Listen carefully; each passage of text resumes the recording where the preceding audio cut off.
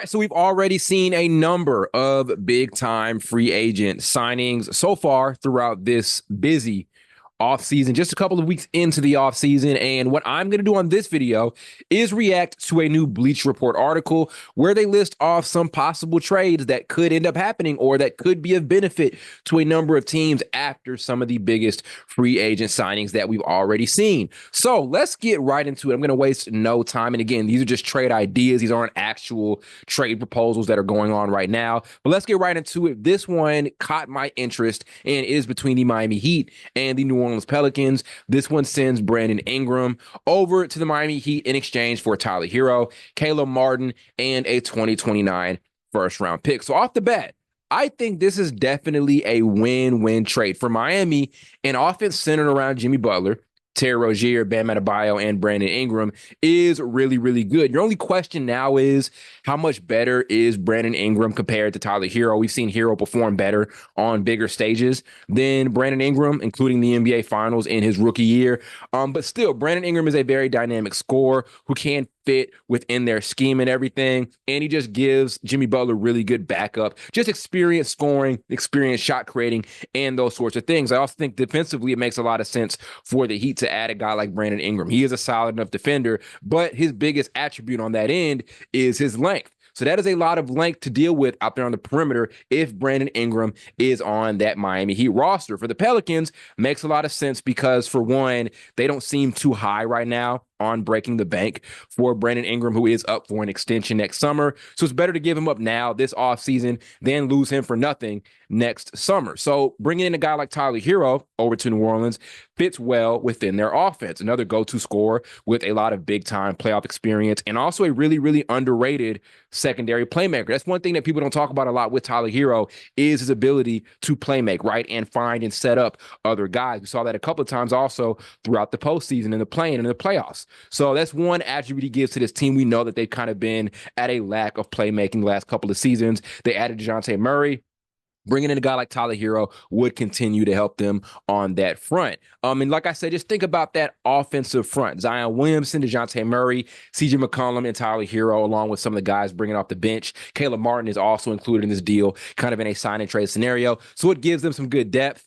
And also, it helps to boost their offense, which is going to need some boosting after they lost Kenny Atkinson in the summer or this summer so far. He was a big reason behind their offensive revitalization last season. So I think adding Tyler Hero would make a lot of sense for them. Like I said, adding Caleb Martin would also just give them some continued depth, and he fits within their defensive culture. This was my favorite trade that they listed off. I really see the two-way benefit for this trade for both teams. So next trade they list off here is between the Orlando Magic and the Atlanta Hawks. So this one sends Trae Young to Orlando in exchange for Markelle Fultz, Wendell Carter, Jet Howard, a 2025 first, and a 2026 first. So for Orlando, this would 100% boost their offense that was pretty subpar last season. So Orlando was carried the entire season because of their dominant near top ranked defense. They've already done a good job so far this offseason by helping shore up their three-point shooting. They add KCP to the roster. So getting a guy like Trae Young also adds to your three-point shooting, right? So you go from not having a lot of elite three-point shooters to having two elite level three-point shooters in Trae Young. And we also know about Trae Young's elite ability to play make and shot create. So this makes a ton of sense for them to boost their offense and just get to another level this coming season. Orlando doesn't get over the hump until they improve their offense. Trae Young next to KCP, Franz Wagner, and Paolo Banchero, that is lethal. That's going to be a very lethal offense. And this could also be an environment where Trae Young elevates himself from a defensive standpoint. This is the defensive culture that Orlando has built up over these last couple of seasons. He won't be allowed to just sit out there and not play defense, right? He won't be allowed to just sit out there and be a liability. No, he'll never be a really good individual defender, but in the right environment, Trae can be solid enough on the defensive end. We saw that in 2021 when the Hawks were a really, really good defensive team at the end of the season on their way to making the Eastern Conference Finals. So on the other end for the Hawks, This allows them to continue to kind of stay strong on this rebuilding path that I think they should embark on. Obviously, they drafted Zachary Ricochet with the top pick, and they traded away DeJounte Murray for a bunch of future draft capital. You get two solid rotation pieces with Markelle Fultz and Wendell Carter, and a recent lottery pick guy with Jet Howard, who wasn't used a ton in Orlando's rotation last year, along with some immediate future draft capital with that 2025 first round pick and also that 2026 first round pick. Your question is this the absolute best haul you could get for Trae Young? Maybe not, but regardless, it's a solid enough haul that fits within their plan, right? And also, you can't forget the capital that they already got. Like I mentioned, in that DeJounte Murray trade, they got Larry Nance, Dyson Daniels, who is a really, really good young player who they can kind of have here to develop. And like I said, that 2025 first round pick included, and also that 2027 first round pick. So I like this trade for both parties. Again, for Orlando, their biggest priority this offseason is shoring up their offense. And for the Hawks, it is just trying to build a good enough base for their rebuild. So solid move on both sides. Next one is very interesting, and it was between the Golden State Warriors and the Chicago Bulls. There are a lot of names here, so just stay with me. So this one sends Zach LaVine, Javon Carter, and a 2026 first-round pick that is top 3 protected over to Golden State for Andrew Wiggins, Moses Moody, Gary Payton II, and Kevon Looney. So if you don't know what the top 3 protected pick means, essentially, if the pick ends up falling within the top 3, the Chicago Bulls will get that pick back. If it doesn't, it'll stay with Golden State. So for Golden State, with losing Klay Thompson and missing out on the Paul George sweepstakes, they need another reliable scoring option outside of Curry. Flat out. Right now, with what they have, this is not a team that I feel confident to get to the playoffs. We've seen them be subpar the last couple of seasons after winning in 2022. And we saw last season, they were really, really, really subpar. It was one of the worst years in this entire Steph Curry prime era, whatever you want to call it, with everybody being healthy. And so they're going to need somebody next to Curry who can give them offense. And Zach LaVine could be that guy. He's still a dynamic scorer. He's still a guy who can put the ball through the bucket, who can erupt for big games, can catch and shoot, can play both on and off the ball. I don't question the offensive fit between those two guys. I think they could definitely coexist. The downside with LaVine is his lack of playoff experience. I don't know if he's ever been to the playoffs before in his career, and also his lack of defensive chops, right? He's never been known as a great defensive player, right? And that's one of the reasons as to why his trade value is a little bit questionable, right? And I just don't know how good a backcourt of Steph Curry and Zach LaVine can be on the defensive end. But regardless, they're still going to need someone out there with Curry, and right now, Zach LaVine looks like the best option available. Javon Carter is included in this deal as well. Like I said, a solid backup point guard who plays defense and is a career above average three-point shooter, even though he kind of had a down year last year from the three-point line, making just 33% of his attempts. So it's an okay haul here for the Warriors. Again, if they want to get close to contending, they're going to need somebody else next to Curry, and I think Zach LaVine is the best option available. For the Bulls, there is no real draft capital attached in this deal, which I would assume they'd want as they're about to embark on a rebuild, especially if DeMar DeRozan ends up signing somewhere else, and all signs point to him signing somewhere else. So that's what they're getting back here. They could get a ton of capital for LaVine in the first place. Or excuse me, the question is, could they get a ton of capital for LaVine in the first place, given that his value on the market was in question?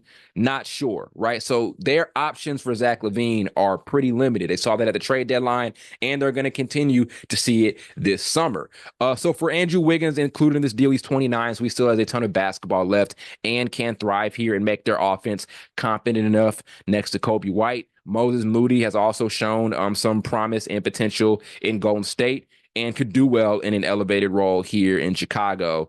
And, he hasn't played a ton of minutes so far. So in an elevated role, I think his productivity is going to go up, especially with the experience that he's gotten so far. He's played in the postseason before. He's got some postseason burn and postseason minutes and things like that. But he's only averaging 14 minutes throughout his career. So imagine what he could do with some more time out there on the court. So it's an okay move. I don't think it really moves the needle for any team, right? It doesn't totally accelerate the Bulls rebuilding situation. Yes, it gives Golden State a reliable second option next to Curry. And like I said, I would assume if a healthy LaVine's production will be better than what Klay gave them last season. But again, I don't know if this moves the needle. I don't know if a LaVine pickup is the difference between them being just a playoff team and an actual contender. I think they're just going to be okay. And there are also the health issues with Zach LaVine as well. So there are the question marks there. But again, their options are limited. They really, really need someone else out there who can help shot create around Curry. If not, they're just going to be sitting maybe as a playing team or just miss the playoffs as a whole. And that's going to be really ugly for their future. And also on top of that, if this trade ends up being a thing, depth will be a huge issue. And we all know how important that is when trying to contend for anything.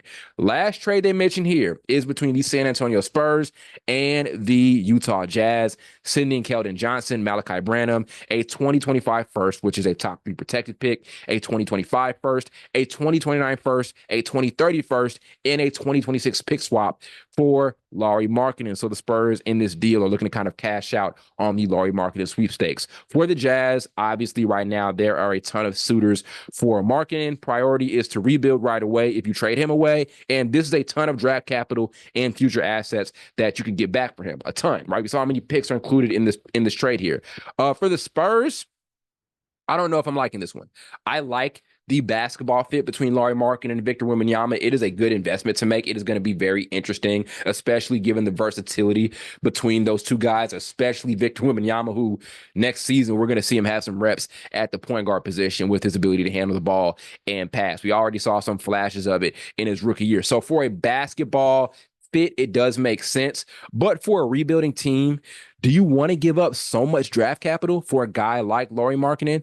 Markkanen is like an all-star, borderline all-star type of guy. Giving up all that draft capital in the midst of a rebuild, I don't know if I'm a big fan of that. Again, I really like the idea of those two guys playing together, but if you're going to give up all those draft picks to bring him back, if I'm going to give up that much draft capital, I want like a perennial all-star level player, right? Like those are the amount of picks I'd give up for a guy like Trae Young, maybe, right? I could be wrong, but I don't know if I'm giving up all of that for Lauri Markkanen, who, like I said, is kind of a borderline all-star level player. He's made a game or two, but I don't know if he's like a consistent year in, year out playoff player or all-star player. And on top of that, he hasn't really done a ton in the playoffs throughout his career. So that's a large investment for a rebuilding team to give up all that draft capital over for a guy like Markkanen, who I think is good, but I don't know if he's worth all of those draft picks, especially in the midst of a major rebuild where you're trying to build up a championship contender.